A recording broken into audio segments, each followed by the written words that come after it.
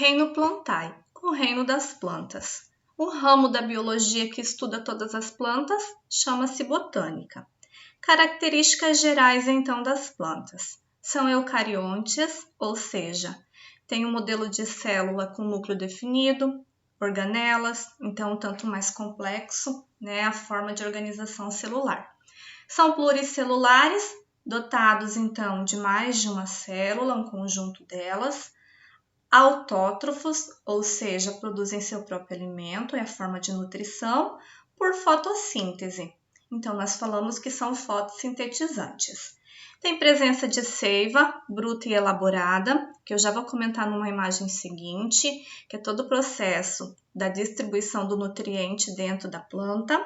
Presença de parede celular, cloroplastos e estômatos. São 3 estruturas que estão presentes, então, na nossa célula eucarionte vegetal. Amido como carboidrato de reserva, então, é um açúcar que é utilizado para reserva, predominantemente terrestres, ou seja, plantas vivem em ambiente terrestre. Tem tamanhos variados, então nós vamos trabalhar, tem grupos que têm ali centímetros de tamanho até muitos metros de comprimento e tem a característica de serem embriófitas, ou seja, se reproduzem por meio de um embrião.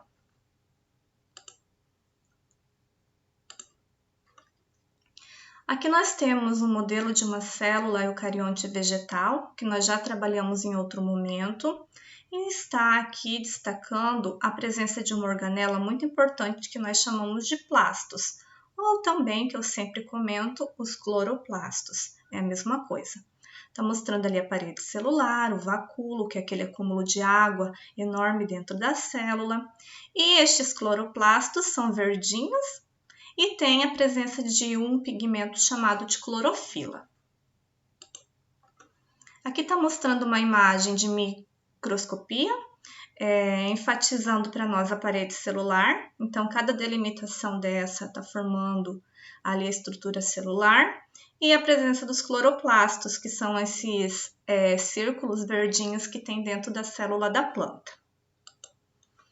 Aqui a gente tem uma representação simplificada do processo da nutrição vegetal. Então, vocês já trabalharam em outro momento sobre o processo da fotossíntese e eu vou tornar a comentar agora. Essa condição, essa forma de nutrição que nós chamamos autotrófica, precisa de alguns componentes para que haja essa reação química. Então, o que a planta precisa? Ela precisa de gás carbônico, que ela vai absorver, que é o CO2. Ela precisa de água, que ela vai absorver também, tá? E ela precisa de energia solar, além de outros, sais minerais, nutrientes que tem no solo. E deste processo, ela libera oxigênio e ela produz a glicose, que é um açúcar que nós falamos que é o alimento que ela produz. Então, nós falamos que produz seu próprio alimento porque produz essa glicose. Nós precisamos de uma forma de obtenção. Quando entrarmos lá em reino animal, a gente vai trabalhar, que é a condição heterotrófica. As plantas produzem esse açúcar, tá bom? Daí aqui nessa imagem está mostrando também todo o processo da distribuição desses componentes dentro da planta. Então, existe o que a gente chama de seiva bruta, que é distribuída pelo xilema por todas as partes da planta, e a seiva elaborada, que também a gente vai chamar, que é a glicose, que foi produzida pela fotossíntese, que é distribuída por toda a parte da planta, onde ela vai crescer, se desenvolver, vai fechar todo o ciclo de vida dela. Aqui a gente tem, então, os representantes do reino Plantae. Nós temos 2 grandes grupos que nós chamamos de criptógamas, que são plantas sem semente, e fanerógamas, que são plantas com sementes. Tá? Nem toda planta tem semente, como nem toda planta tem flor, como nem toda planta tem fruto. Então, as criptógamas são briófitas e pteridófitas. Briófitas é o primeiro grupo que a gente trabalha, são plantas avasculares, ou seja, não tem vasos condutores, aqueles que a gente trabalhou na imagem passada, que levam ali a distribuição do xilema-floema.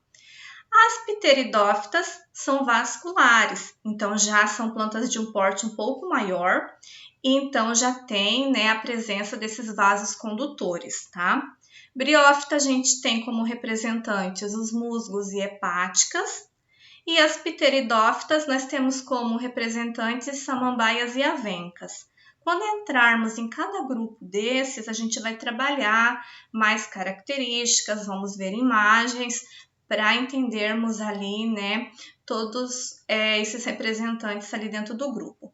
E as fanerógamas, que são plantas com semente, que dividem-se em gimnospermas e angiospermas. Gimnospermas a gente fala que são plantas que não têm fruto e angiosperma tem fruto. Exemplo de gimnospermas, nós temos o pinheiro do Paraná, né, a Araucária angustifolia, que é representante, né, do nosso estado, e como angiosperma ali a gente tem qualquer planta que tenha fruto. Então pode ser a laranjeira, o abacateiro, cajueira, mangueira, onde tem a característica da presença de um fruto. Aqui a gente tem uma sequência evolutiva dos vegetais. Então, dentro de uma hierarquia de evolução, quando nós trabalhamos plantas, a gente consegue perceber perfeitamente as aquisições evolutivas, ou seja, uma característica bem marcante que apareceu dentro do grupo, que vai simbolizar uma adaptação nova. Então, primeiramente, nós tínhamos as algas verdes, né? Segundo a teoria evolucionista, a vida começou na água, né? Se expandiu, se evoluiu na água. Surgiram umas briófitas, que são plantas que ainda dependem da água para que haja reprodução. Nós vamos trabalhar quando entrarmos dentro do grupo delas. As pteridófitas, que ainda precisam de água para que haja reprodução, mas com uma aquisição evolutiva muito marcante, que é o aparecimento do vaso condutor. E das pteridófitas surgiram as gimnospermas e ainda as angiospermas, que é o grupo mais evoluído que a gente tem, que apareceu por último, com características mais adaptativas para todo o processo de reprodução. E é o que a gente tem maior quantidade de exemplares. Então, a evolução. Acredita-se que os vegetais evoluíram a partir de um grupo de algas pluricelulares, né? Então, já algas maiores, né, formadas de um conjunto de células. As algas, a gente trabalhou em outro momento que elas têm características de serem talófitas. Então, elas não têm raiz, caule, nem folha. A gente fala que não tem diferenciação de tecidos. E também elas não possuem os vasos condutores de seiva. Então, por serem aquáticas, elas absorvem substâncias por toda a superfície do talo, que é permeável. Então, como eu falei, na condição de serem talófitas ali, tá?